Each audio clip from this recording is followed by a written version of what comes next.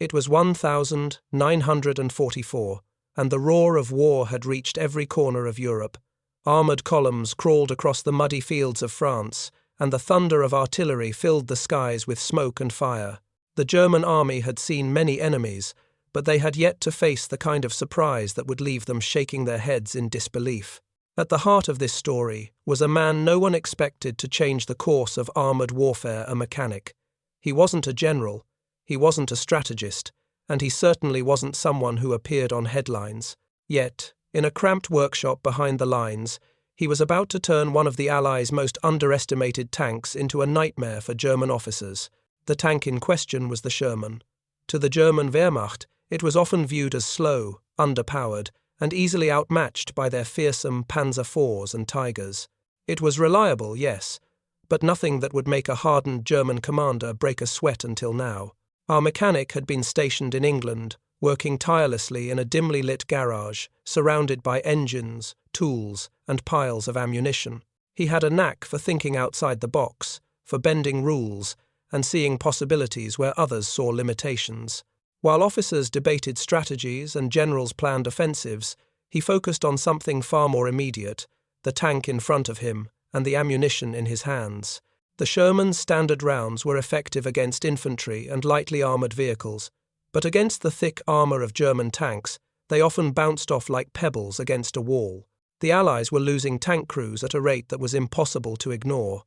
Every skirmish highlighted the need for a solution, but official channels were slow, bogged down in red tape.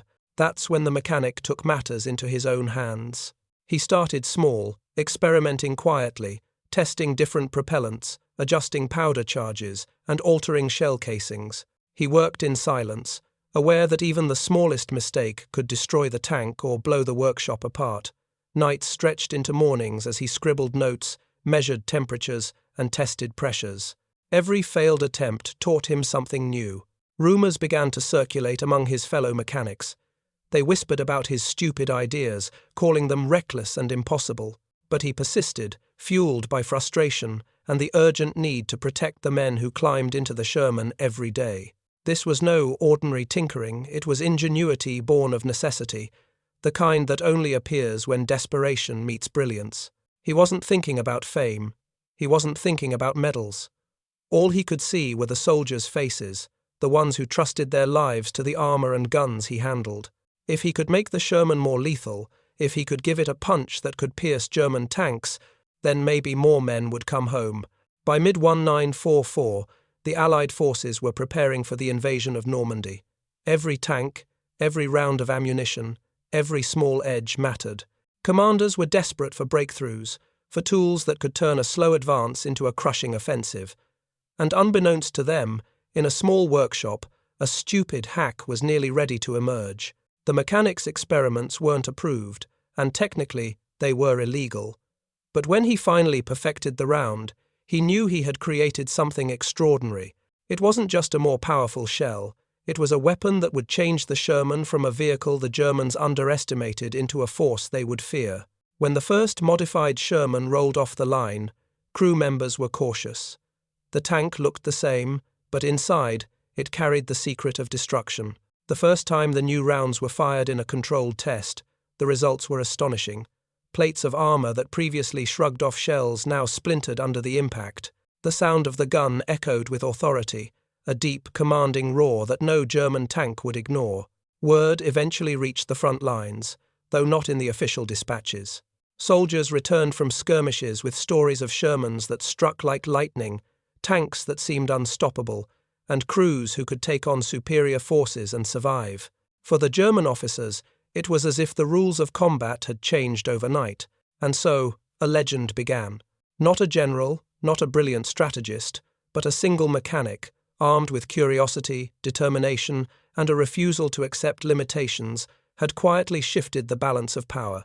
What followed would be a series of encounters that would make German commanders question everything they thought they knew about the Sherman and about war itself. This is the story of how one man's stupid hack turned a humble American tank into a monster that German officers couldn't believe existed. And it all began with a workshop, a few rounds of ammunition, and the mind of a man who refused to play by the rules. The first modified Sherman rolled onto the battlefield under the dim morning light of Normandy. Its crew, a mix of seasoned veterans and green recruits, didn't know exactly what to expect. They had been briefed that these tanks carried experimental rounds, but even that didn't prepare them for what was about to happen. As the tank advanced, the German defences seemed typical at first. The familiar rattle of machine guns, the staccato bursts of artillery, the smoke curling from damaged vehicles, everything was exactly what Sherman crews had endured countless times before. But when the first shell was fired from the newly modified gun, silence fell over the battlefield. The shell struck the side of a Panzer IV that had been stalking their column. There was no ricochet, no frustrating bounce off the thick armour. The tank exploded in a shower of metal and fire, throwing debris high into the sky. The crew of the Sherman stared in disbelief. Something about the way the armour splintered, the way the explosion rocked the earth, made it clear. This was not a standard round. Word spread quickly among the Allied forces. Tales of tanks that could take on German heavy armour and survive reached every unit. Soldiers whispered about the magic Shermans, laughing nervously at the absurdity, while secretly praying to ride in one themselves. For the German commanders, reports of these tanks triggered confusion, anger, and fear. How could a Sherman, a tank they had long considered inferior, now threaten their most prized machines? Meanwhile, the mechanic back in England continued to tweak his designs. Every time he received feedback from the front, he adjusted the composition of the rounds, experimented with new powder mixtures, and modified the way shells were loaded. He became almost a ghost in the operation. No one at headquarters fully understood what he was doing, but they could see the results on the battlefield. Interestingly, the new ammunition did more than just punch through armour. Its impact patterns were unpredictable in the best way possible. In some cases, shells would strike at angles that would normally glance off, and instead ricochet in a way that hit weak points German engineers hadn't accounted for. In others, the shells fragmented in precise ways, turning every hit into a double or triple threat. A single Sherman could now take on 2 enemy tanks at once and emerge largely unscathed. The mechanic's ingenuity extended beyond the ammo itself. He suggested subtle changes to the Sherman's internal loading process, allowing crews to fire faster without overheating the gun. These weren't official modifications, nothing had been sanctioned through command channels, but they made a huge difference in real combat. Tank crews found themselves not only hitting German armour with deadly accuracy, but also sustaining longer engagements without fear of their own tank becoming a sitting duck. The Germans, on the other hand, were at a loss. Intelligence officers studied wreckage, trying to reverse engineer what they assumed was some sort of new technology. They inspected shell fragments, gun barrels, and crumpled Shermans, but nothing they saw matched their experience. No one could explain how a Sherman, a tank they had easily outclassed for years, suddenly turned into a machine capable of ripping apart Tigers and Panthers alike. Rumours of illegal ammunition swirled through German lines. Officers gritted their teeth in frustration, muttering that it was impossible, that the Allies had cheated somehow. One particular engagement highlighted just how terrifying these Shermans had become. A column of German tanks, confident and well-organised, advanced toward a small Allied stronghold. The Sherman crews waited, hearts pounding, knowing they were outnumbered. When the first shots rang out, German tanks began to fall almost instantly. One hit after another, shells penetrated armour like knives through cloth. Commanders radioed for reinforcements, but by the time additional units arrived, the battlefield had already turned into chaos. German tanks retreated, leaving behind smoking hulks and panicked crews. All of this, of course, was happening because of a mechanic who never left the workshop. While generals debated strategy and soldiers fought on the front lines, he quietly adjusted formulas, refined shell weights, and improved performance in ways that no one thought possible. What seemed stupid at first, a tinkerer's hack in a dark garage, was now the reason Allied tank units were dominating where before they had struggled. There were moments of tension too. Not every test went as planned. Some rounds misfired, others created dangerous backfires that nearly destroyed the Sherman itself. The crews were nervous every time they loaded one of the experimental shells, knowing that any mistake could be catastrophic. But the successes far outweighed the failures. With each engagement, the mechanics' modifications proved themselves in the harshest classroom imaginable: combat. Interestingly, the morale boost among Allied forces was just as significant as the battlefield advantage. Soldiers who had once felt anxious climbing into Shermans now walked taller. They trusted their tanks in a way they hadn't before. Even officers who had doubted the vehicle's capabilities began to push forward aggressively, knowing they had a secret weapon capable of reshaping engagements. By late 1944, German intelligence was desperate. Reports circulated that new Allied Shermans could pierce armor that should have been impervious, survive hits that would destroy ordinary tanks, and allow their crews to dominate numerically superior forces. The Wehrmacht couldn't adapt fast enough. Any attempts to develop countermeasures lagged weeks behind, giving the Allies an edge that shifted not just skirmishes, but entire campaigns. Behind it all, the mechanic remained an unsung hero. He had no desire for accolades, no ambition to be remembered in history books. His satisfaction came from seeing crews survive, from knowing his stupid idea had worked. He had turned a machine that was once underestimated into something that German officers feared, a tank that could change the tide of battle in ways that no conventional plan could achieve. And so, as winter approached and Allied forces pressed deeper into German territory, the Sherman continued its march. Its roar echoed across Europe, carrying with it the story of one man's ingenuity. Every German tank that fell was a testament to the mechanic's brilliance. Every crew that survived a firefight owed their lives to his relentless tinkering. This was more than just a technical achievement. It was a lesson in courage, creativity, and determination. A reminder that even in a world dominated by generals and strategy, one person, working quietly and seemingly foolishly, could create something that changed everything. Spring of 1945. The war was reaching its final, desperate stages, but for the German officers facing these modified Shermans, it felt like the rules of battle had changed entirely. Entire armoured divisions that had once crushed Allied forces now hesitated, cautious, fearful, and often defeated before the fight even began. The Sherman, once underestimated, had become a monster on the battlefield. Crews who had survived the previous campaigns were now veterans in a new way. They understood the deadly potential of their tank, and they moved with a quiet confidence that unnerved the enemy. The mechanic's rounds had transformed it from a reliable transport into a weapon capable of leveling the battlefield, striking fear into even the most seasoned German tank commanders. One engagement near the Rhine would cement the Sherman's new reputation. Allied forces were advancing under heavy artillery fire, flanked by enemy tanks and entrenched positions. The German commanders had deployed their best units, including several Tigers and Panthers, confident they could halt the advance. But the modified Shermans had a surprise in store. As the first Sherman opened fire, German armor exploded in a spectacle of fire and steel. The rounds penetrated with surgical precision, toppling one tank after another. German crews struggled to react, unable to comprehend how their supposedly superior machines were being destroyed by what they had always considered an inferior tank. Panic spread along their lines. Orders were shouted, but coordination fell apart as fear took hold. The Allies pressed forward relentlessly, each Sherman firing with deadly accuracy, each round a testament to the mechanic's ingenuity.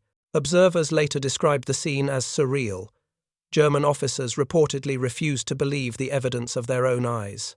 They inspected wreckage, interviewed survivors, and studied battlefield reports, only to find that the Shermans had somehow achieved feats that should have been impossible.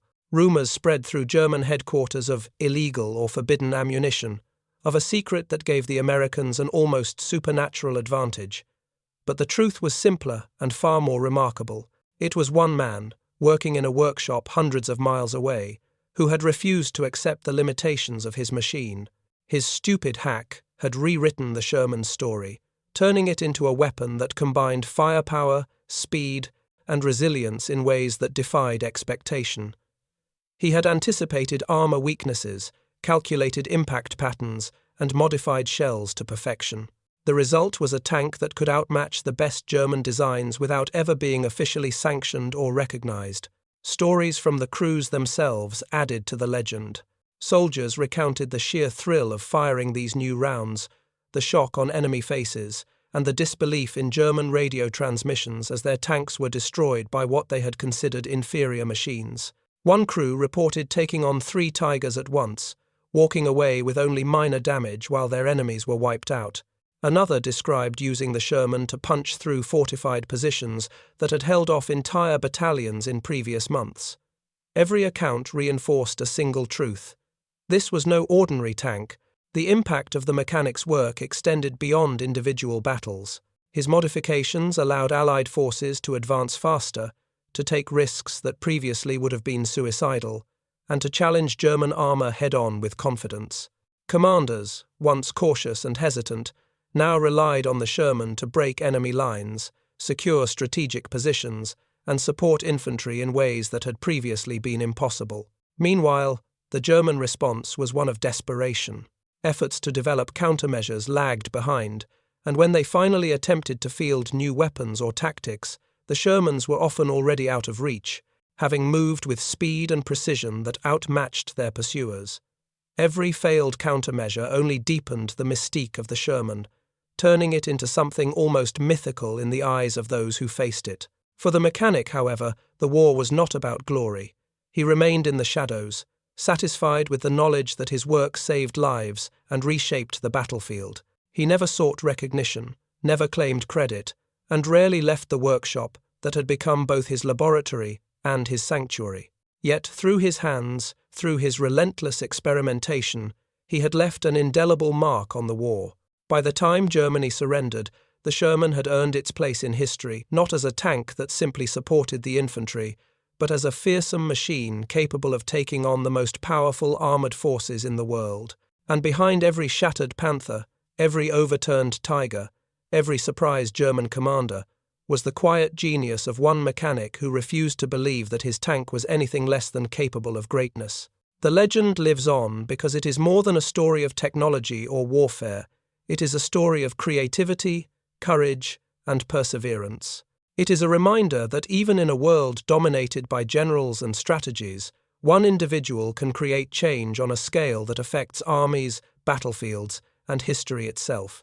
When historians later examined the campaigns of 1944, 1945, the Sherman's transformation stood out.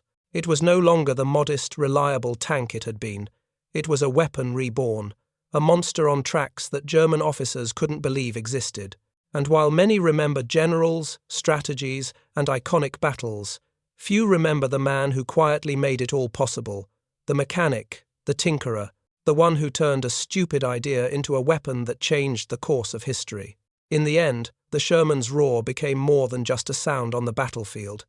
It became a symbol of ingenuity, resilience, and the power of a single mind to turn the impossible into reality. And while the war would leave scars across Europe, the story of the Sherman and the man who transformed it would endure, a testament to the extraordinary impact of thinking differently, daring to innovate, and refusing to accept the limits imposed by others. The German officers may have struggled to comprehend it at the time, but history remembers. And history knows the truth. Sometimes, the greatest victories come not from strategy or numbers, but from a single, stupid idea that changes everything.